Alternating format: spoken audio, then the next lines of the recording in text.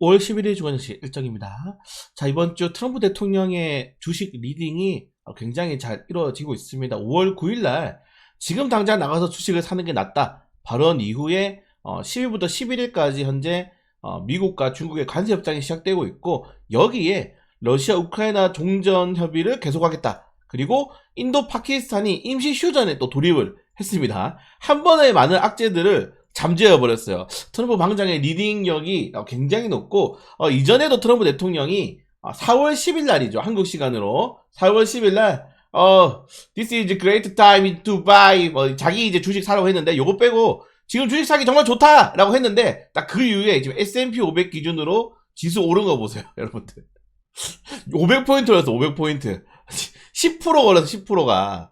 트럼프 대통령 이런 이 리딩 이후에 주식이 굉장히 많이 좀 튀어 올랐기 때문에, 이번 때도, 좀 다음 주부터 긍정적인 흐름을 좀 이어나갈 수 있을지 좀 지켜볼 필요가 있을 것 같고, 트럼프 대통령 정말 말 많이 합니다. 지금 제가 이 X, 트위터죠. 보고 있는데 말이 너무 많아. 알람도 껐어요. 너무 알림이 많아가지고. 아무튼, 좋은 말을 조금 더 많이 해줬으면 좋겠다. 이렇게 말씀드리고 싶고. 자, 이번 주 S&P 500 종목 주간 상승률입니다. 엔비디아, 테슬라가 좀 많이 회복을 했는데, 보시는 것처럼 애플이랑 구글, 메타, 요 IT 기업들의 좀 조정이 많이 나오고 있죠. 조정이 많이 나오고 있고, 좀 재밌는 게 여러분들, 전 세계 시가총액 상위 기업들입니다. 마이크로소프트가 지금 애플을 제치고 1위를 하고 있는데, 자, 여기서 특이한 점이 뭐냐면은, 자, 그동안 강세가 났었던 이 IT, 아마존, 알파벳, 구글이죠. 구글, 메타도 그렇죠. 조정이 좀 많이 나왔다가, 최근에 살짝 고개를 들고 있어요. 그동안 강세가 나왔던 게 뭡니까, 여러분들?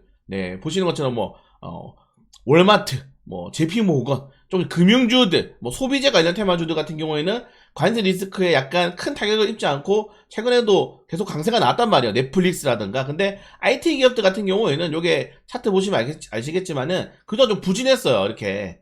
부진한 것들이 살짝 이제 고개를 돌리고 있다. 관세 협정이 어느 정도 잘 이뤄지게 되면서 이 IT 기업들 특징이 뭡니까? 글로벌적으로 네, 이 영역이 워낙 넓기 때문에 관세 분쟁이라든가 무역 분쟁 붙으면은 가장 먼저 타격을 입는 기업들이거든요. 네, 규제 때리기도 좋고. 그래서 이런 것들에 대한 반등이 나오는 것만 보더라도 관세 리스크가 좀 많이 완화되고 있다는 걸 우리가 한눈에 좀 알 수가 있습니다. 물론 좋았던 이슈만 있는 게 아니죠.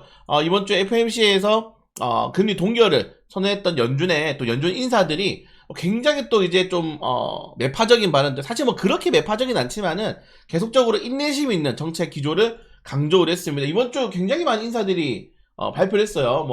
존 윌리엄스, 마이클 바, 쿠쿨러, 크리스토퍼 월러, 리사 쿡, 오스틴 굴스비, 요 연준 인사들이 대부분 비슷하게 인내심 있는 정책에 대해서 좀 이야기를 했기 때문에 금리 인하 가능성이 계속적으로 낮아지고 있습니다. 지금 7월까지 7월 금리 동결 가능성도 제시되고 있어요. 네, 7월 금리 인하 가능성이 그렇게 높지가 않죠. 여러분들 지지난주만 하더라도 6월 금리 인하 가능성이 거의 68% 이렇게 올라갔는데 지금은 많이 떨어졌습니다. 그래서 6월까지 금리 동결 가능성이 굉장히 높고, 네, 7월 달에도 50%밖에 안 된다. 자, 그렇다는 거는 한국은행이 추가적으로 금리 인하를 할 수 있을지 없을지도 약간 좀 부담이 되는 구간대긴 하죠. 지금 한국은행이 금리를 해버리면 미국이랑 또 금리가 2% 정도 차이 나기 때문에 이런 것들도 좀 봐야 될 필요가 있을 것 같다. 이건 좀 아쉽다는 것들 확인하시면 될 것 같고, 그래도 일단 지지화적 리스크들이 어느 정도 완화가 되면서 나쁘지 않은 흐름이 나가고 있을 것 같습니다. 자, 다음 주부터 국내 증시 같은 경우에는 네, 대선 후보자들이 본격적으로, 네, 지금 보시는 것 이재명 후보는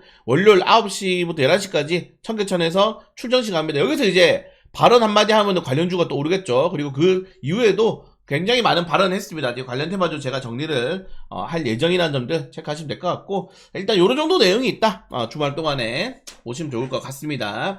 그래서 나쁘지 않은 이슈가 좀 시장을 훈풍을 좀 기대할 수 있을 정도로 생각하시면 될 것 같고, 다음 주부터 대선 관련 테마주들이 좀 본격적으로 더 움직일 수 있기 때문에 대선주들 위주로, 그리고 지금 보시는 것처럼 이렇게 관세 관련된 종목들이 계속적으로 주도주가 나오고 있죠. 조방화는 계속 할 것 같은데, 그러니까 지금 이제 이 말을 한 달 동안 드리고 있는 것 같아요. 너무 신고가다.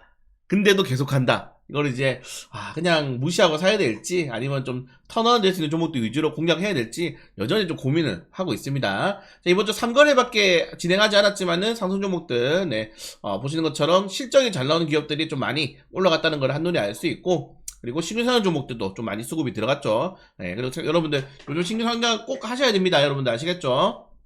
꼭 하셔야 된다. 이 정도까지 좀 말씀을 드리고 싶고, 자, 다음 주 증시 일정은 네, 뭐 이제 경제지표가 좀 많이 발표가 됩니다. 월요일 같은 경우에는 뭐 로켓헬스케어 신규 상장, 그리고 뭐 단백질 장치 엔지니어링 서밋이 있는데 이건 뭐 크게 주목하지 않아도 될 것 같고, 아까 말씀드린 것처럼 첫 공식 유세가 진행된다는 점들이 좀 가장 중요한 일정이다. 화요일 같은 경우에는 CPI 소비자 물가 지수가 발표가 되고, 일본은행이 사실 일본은행이 금리 인상 가능이 높았는데 그냥 동결 2개월 연속을 했죠. 그래서 왜 동결을 했는지 좀 요약본이 나온다는 점들. 그래서 MSCI 반기 일부가 있습니다. 편입 예정은 삼성식품, 하나시스템, 편출 예정은 에코프로머티, NC소프트, LG이노텍이 예상이 되고 있다. 인도셀이 공모 청약을 합니다.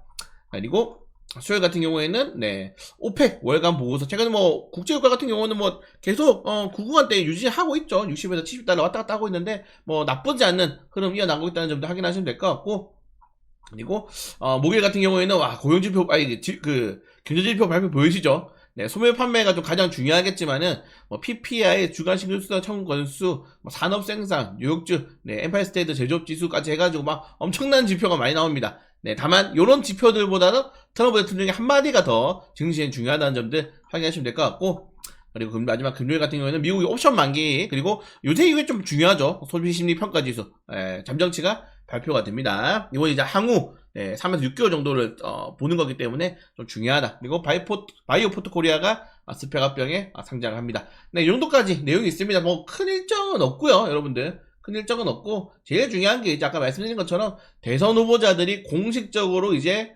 대선 랠리에 들어간다, 대선 일정에 들어간다는 점들이 가장 중요하지 않을까 이렇게 생각이 되고, 자, 주말 동안에 참 김문수 이제 후보가 정말 많은 일들이 있었는데, 국민의힘에서도 김문수 후보를 위주로 이제 대선에 들어가기 때문에 사실 여러분들 압도적인 대선은 재미가 없어요.